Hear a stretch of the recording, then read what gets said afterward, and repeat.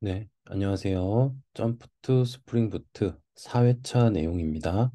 자, 4회차에서는 2.7절부터 2.11절까지의 내용이고요.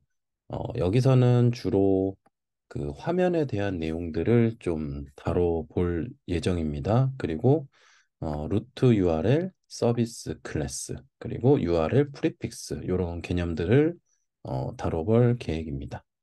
자, 그러면 2.7절부터 한번 살펴보도록 하겠습니다. 자, 2.7절에서는 이제 처음으로 화면을 좀 다루는 내용을 소개하고 있는데요.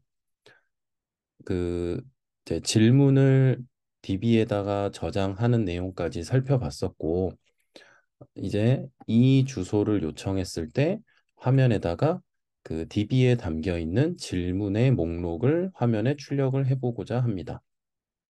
자, 그런데 처음에 이렇게 접속을 해보시면은 사공사가 난다고 보시면 돼요. 앞에서도 얘기를 했지만 사공사가 나는 이유는 이 주소가 요청이 됐는데 이 주소를 받아주는 서버에 컨트롤러가 없다. 이게 사공사 오류입니다. 자, 사공사 오류를 없애려면 이제 이 주소를 처리하는 컨트롤러의 메서드가 추가돼야 되겠죠. 자, 퀘스천 컨트롤러에다가 이러한 이제 메서드를 추가합니다. 퀘스천 컨트롤러도 새로 만들어줘야 되겠죠?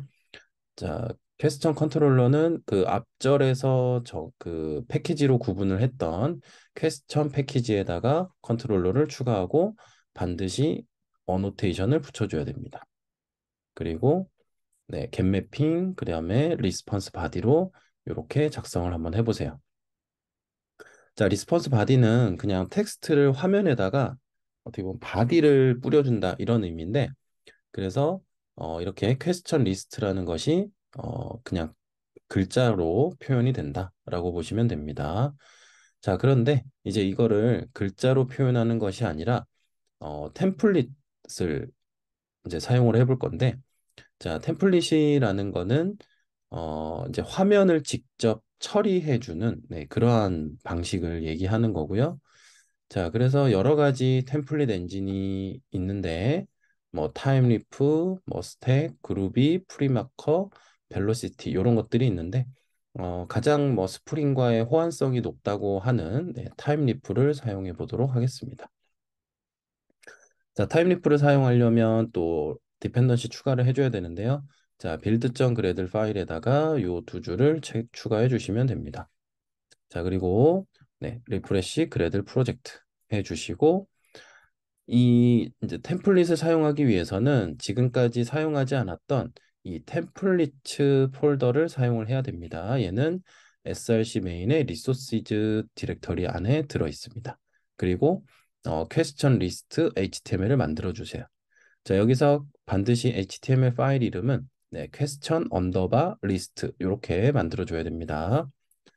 자, 만드는 방법은 이렇게 나와 있는데 네, 잠시 실습 화면을 한번 살펴보면 자, 여기 src 메인의 리소시즈에 템플릿이라는 폴더가 있고 자, 여기에서 우클릭 뉴 그다음에 그냥 파일을 하셔도 돼요. 파일. 여기 파일을 한 다음에 만들고 싶은 파일의 이름 이렇게 주고 확장자까지 같이 써주시면 됩니다.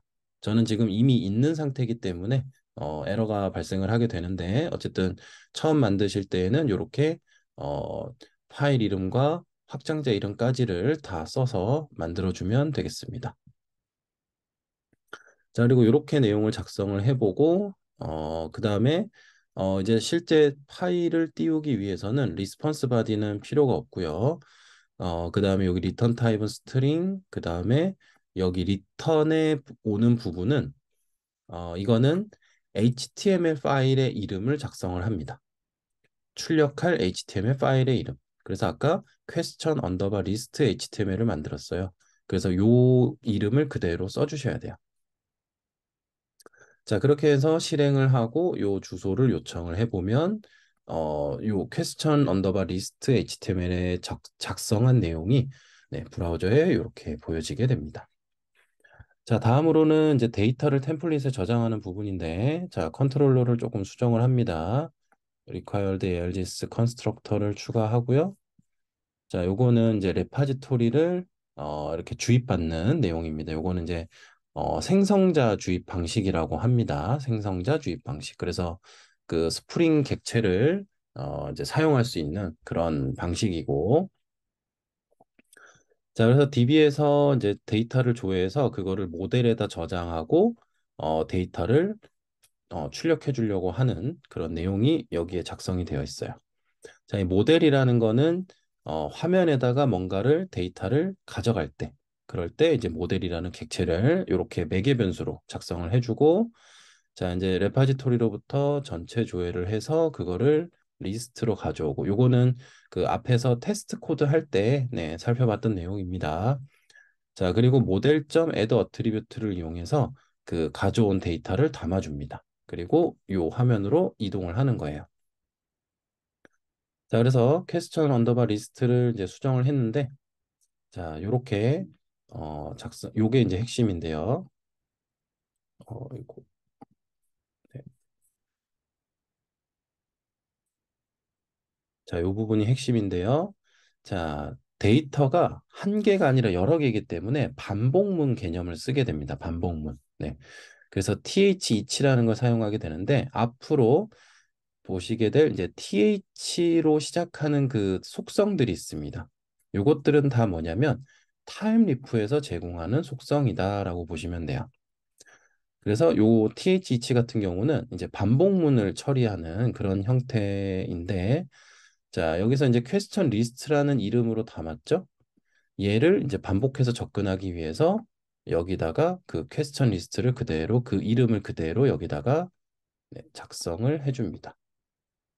네, 이렇게 작성을 해주고요. 자, 여기서의 퀘스천은 이제 반복 변수라고 보시면 돼요. 반복문에서 사용하는 반복 변수. 그래서 이제 그다음에 여기 th 텍스트라는 거는 이너 텍스트의 역할을 하는 부분인데, 요 td 시작 태그와 종료 태그 사이 여기에다가 이 th 텍스트로 작성한 요 내용을 출력해 준다라고 보면 됩니다. 그래서 퀘스천 객체에 있는 제목값, 퀘스천 객체에 있는 작성 시간값, 네, 요런 값들을 여기다가 이제 출력을 해주는 거예요. 자, 이렇게 해서 요 주소로 다시 접속을 해보면 네, 요런 내용이 출력이 된다라고 보시면 되겠습니다. 자, 그다음에 이제 타임리프의 어떤 주요 그 속성들 간단하게 살펴봤는데, 이제 조건문을 사용할 수도 있고요. if문 같은. 그다음에 반복문 앞에서 살펴본 것처럼 th 그리고 이제 th-e치에는 아까 우리는 반복 변수를 퀘스천만 하나만 두고 사용을 했었는데, 이렇게 루프라는 것도 이제 사용을 할 수 있는데, 이거는 그냥 어떤 인덱스 번호 같은 느낌이라고 생각하시면 되겠습니다. 그래서 이 루프를 이용해서 이제 사용할 수 있는 그런 속성들이 또 있는데 참고하시면 되고, 자, 그리고 앞에서 살펴봤던 텍스트 값을 출력하기 위해서 많이 사용하는 속성이 th 텍스트. 네. 자, 그리고 이 th 텍스트 대신에 그냥 직접적으로 이렇게 표현할 수 있는 방법도 있습니다. 그래서 달러 중괄호로 그 표현하고자 하는 값을 표현하고 그거를 대괄호 두 개로 이렇게 네, 묶어주면은 어, 그냥 값을 그대로 찍어 볼 수도 있습니다. 자, 다음으로는 루트 URL 사용하는 내용입니다. 자, 루트 URL이라는 것은 그냥 시작 페이지라고 보시면 돼요. 시작 페이지. 그러니까 뭐 홈페이지? 네, 홈페이지에 들어갔을 때 첫 페이지. 네. 자, 그래서 보통은 이렇게 슬래시, 네, 그냥 로컬호스트 8080 딱 요렇게 접속했을 때 그때 이제 어떤 주소값이라고 생각을 하시면 되고, 그래서 메서드 이름을 루트라고 뒀고, 자, 이제 리턴을 뭐라고 줬냐면 리다이렉트라고 이렇게 네, 줬습니다. 리다이렉트. 자, 리다이렉트라고 주고 여기에다가는 이제 주소값을 써주게 되는데, 리다이렉트라는 건 여기서 리턴이 오면 다시 이 주소를 말 그대로 재요청한다라는 의미라고 보시면 돼요. 그래서 뭐 이제 간단하게 표현하자면 컨트롤러의 메서드에서 다른 컨트롤러 메서드 특정 주소값을 부르고 싶다. 그럴 때에는 네, 리다이렉트 방식을 사용하게 됩니다. 자, 이렇게 해서 실행을 한번 해보면은, 이제 이렇게 로컬호스트 그냥 8080으로만 접속을 하게 되면, 네, 요 페이지에 접속을 할 수 있게 됩니다. 네. 자, 한번 실습으로 살펴보도록 하겠습니다. 자, 여기 메인 컨트롤러에다가 이렇게 루트 메서드를 추가했고요. 자, 서버를 실행을 했을 때, 자, 이렇게 퀘스천 리스트로 주소를 요청을 해도 이렇게 목록이 뜨게 되지만, 이렇게 그냥 8080으로 끝나는 주소를 요청을 해도, 리다이렉트가 걸리면서 주소 값은 이렇게 만들어지게 되고, 어, 네, 질문 목록이 출력되는 결과를 확인할 수가 있습니다. 자, 다음으로 이제 서비스 클래스를 활용하는 부분인데, 보통의 이제 웹 서비스를 개발할 때는 컨트롤러, 서비스, 그 다음에 레파지토리 이런 구조를 갖는 경우들이 뭐 대부분이에요. 네. 자, 그래서 이제 서비스 클래스가 필요한 이유는 뭐 이제 어떤 역할을 좀 분리하고 모듈화하기 위한 그런 내용이라고 보시면 되고요. 그 다음에 또 다른 이유로는 그 엔티티 객체를 DTO 객체로 이제 서로 변화하는 그런 내용들이 있는데 여기 교재에서는 그런 내용들은 이제 좀 다루진 않고 있습니다. 자, 그래서 서비스 클래스를 어떻게 이제 추가를 하는지는 이렇게 그냥 퀘스천 서비스라는 클래스를 하나 추가합니다. 자, 그리고 서비스 어노테이션을 반드시 붙여줘야 돼요. 그리고 얘는 레파지토리를 주입받습니다. 그리고 getList라는 메서드를 추가해서 레파지토리로부터 find all 호출을 한 결과를 리턴을 합니다. 자, 그러면 이 리턴은 어디로 가느냐? 컨트롤러로 가는 거죠. 그래서 컨트롤러 클래스는 이렇게 수정이 됩니다. 이제 컨트롤러 클래스는 레파지토리를 주입받는 것이 아니라 서비스 클래스를 주입받도록 합니다. 네, 서비스 클래스를 주입받고요. 그래서 서비스 클래스의 getList 메서드를 호출하고 그 결과를 리스트로 받아오고 나머지는 똑같습니다. 아까 앞에서 했던 내용하고. 자, 그래서 뭐 실행 결과 화면은 똑같습니다. 뭐 달라질 건 없고요. 이제 구조적인 부분이 바뀌었던 거고, 그래서 앞으로는 컨트롤러, 서비스, 리퍼지토리 순서로 모든 기능들이 이렇게 진행된다. 네, 그렇게 그 기억을 해주시면 되고, 자, 상세 페이지 만드는 내용입니다. 자, 상세 페이지는 이제 그 제목을 클릭하면 이제 그 제목에 대한 상세 내용을 보여주는 화면을 만드는 내용이에요. 자, 그래서 이제는 요 질문을 클릭해야 되기 때문에 그걸 클릭하는 내용을 추가를 했습니다. 그래서 제목을 보여주는 부분에다가 A 태그를 추가했어요. 자, A 태그를 추가했고요. 자, 이 부분이 좀 이제 표현이 잘 보셔야 되는데, 골뱅이 중괄호, 그 다음에, 자, 요거는 이제 버티컬 바입니다. 버티컬 바라고 해서, 뭐, 키보드마다 좀 배치는 좀 다르긴 할 텐데, 뭐, 이렇게 백슬래시하고 버티컬 바가 있는 경우도 있고요. 뭐, 버티컬 바랑, 뭐, 우리나라 원화 표시가 이렇게 같이 있는 경우도 있고요. 네, 보통 이제 백스페이스 왼쪽이나 아니면 백스페이스 뭐 밑이나 요런 데 보통 위치하고 있습니다. 그래서 버티컬 바 그다음에 슬래시 퀘스천 슬래시 디테일 슬래시 그 해당 질문의 번호 아이디 값을 이렇게 보냅니다. 그리고 끝에도 그 버티컬 바가 있고 중괄호가 있고 요게 표현이 조금 복잡한 부분이 좀 없지 않아 있어서 잘 보셔야 되고 요 링크도 반드시 THREF 왜냐면은 여기에 이제 모델에서 담아온 값을 활용하는 부분이 있다 보니까 이런 부분들을 잘 활용하기 위해서는 타임리프의 그 링크 방식을 이제 이렇게 사용을 해야 됩니다. 자, 그래서 저 표현이 이제 제대로 되어 있지 않다면 주소값이 되게 이상한 문자 형태로 만들어지게 되는 경우들이 있어요. 자, 그리고 그러면은 요 주소를 요청했을 때 이제 저 주소를 받아주는 컨트롤러는 이렇게 작성을 했는데 자, 저거는 이제 경로상에다가 아이디 값을 이제 보내고 있어서 자, 그 번호가 위치하는 부분을 중괄호 id라고 표현을 했고요. 이거를 어떻게 받아주냐면 패스 베리어블이라는 어노테이션으로 받아줍니다. 그래서 여기에 id는 이 id를 의미하고 여기서 인티저의 id는 이제 변수, 그냥 여기서 담아서 사용할 변수라고 보시면 됩니다. 자, 그래서 이제 리턴은 question 언더바 디테일. 요거는 이제 뭐냐면 question 언더바 디테일 점 html을 의미하는 거죠. 자, 그래서 먼저 이렇게 페이지를 하나 만들어서 요청이 잘 되는지를 확인을 해 봤고, 자, 그다음 이제 그 해당 아이디의 DB에서부터 데이터를 가져와야 되기 때문에 get question이라는 메서드를 서비스 클래스에다 추가를 했고요. 요거는 find by id를 호출을 했습니다. 그래서 어, find by id는 옵셔널 객체로 전달을 해주기 때문에 있는지를 먼저 확인을 했고 그 다음에 있으면 get을 해서 리턴을 하고 없으면 예외를 처리해 줍니다. 데이터 not found exception이라고 해서 찾을 수 없다.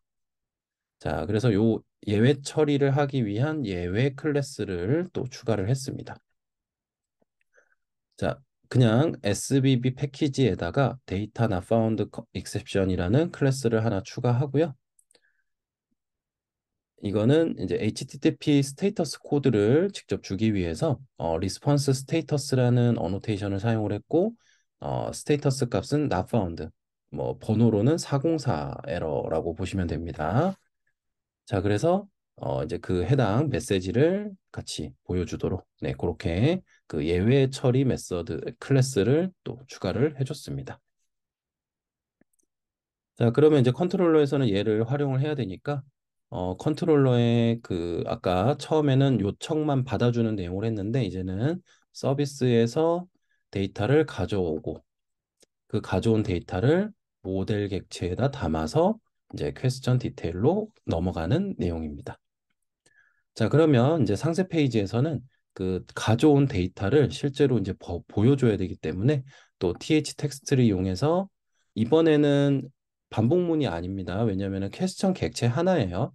그래서 퀘스천 객체에 있는 서브젝트 값, 퀘스천 객체에 있는 컨텐트 값을 이렇게 각각 출력을 하고 있습니다. 그래서 한번 확인을 해보도록 하겠습니다.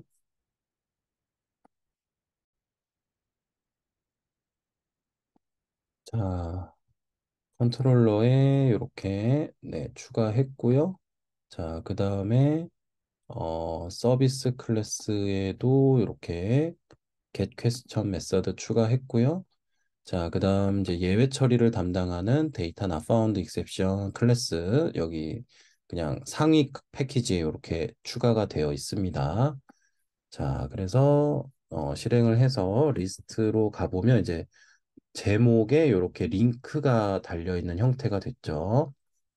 자, 그러면 하나 제목을 이렇게 클릭을 해보면 네, 이렇게 제목 값이 나오고 내용 값이 이렇게 나오게 됩니다. 그리고 여기 주소에 보면은 이 해당 질문의 번호 1번이라고 이렇게 주소상에 보여지게 되고 뭐 책에서처럼 만약에 없는 번호를 이렇게 치게 되면은 404 에러가 뜨면서 entity not found라는 여기 그 데이터 not found exception에서 여기 작성한 이 메시지가 네, 여기에 보여지게 됩니다. 네, 네, 이렇게 해서 상세 페이지를 추가를 해봤고요. 자, 마지막으로 URL 프리픽스라는 부분이 있는데, 자, 이거는 이제 어떤 내용이냐면 그 이제 우리가 퀘스천 관련된 요청 주소, 그 다음에 앤서 관련된 요청 주소들이 이제 여러 가지가 생기게 됩니다. 그래서 지금까지는 그 컨트롤러 클래스에다가 뭐 퀘스천 슬래시 리스트, 퀘스천 슬래시 디테일 이런 식으로 썼는데 어떻게 보면은 공통 주소 값을 빼놓는 거다라고 보시면 돼요. 그래서 자 컨트롤러 클래스 위에다가 리퀘스트 매핑이라는 어노테이션을 추가했고요. 거기다가 슬래시 퀘스천이라고 붙여놨어요. 자, 그러면 이거는 무슨 의미냐? 슬래시 퀘스천으로 시작하는 모든 주소는 일단 이 컨트롤러가 받아주는 거예요. 그리고 그 이하의 리스트인지 디테일인지 요거에 따라서 이제 그 해당하는 메서드가 실행된다. 네, 그렇게 생각해 보시면 되겠습니다. 그래서 어, 이렇게 해서 그 이제 화면 처리하는 내용들을 이제 다루기 시작을 해 봤고요. 네, 여기서 마치도록 하겠습니다. 감사합니다.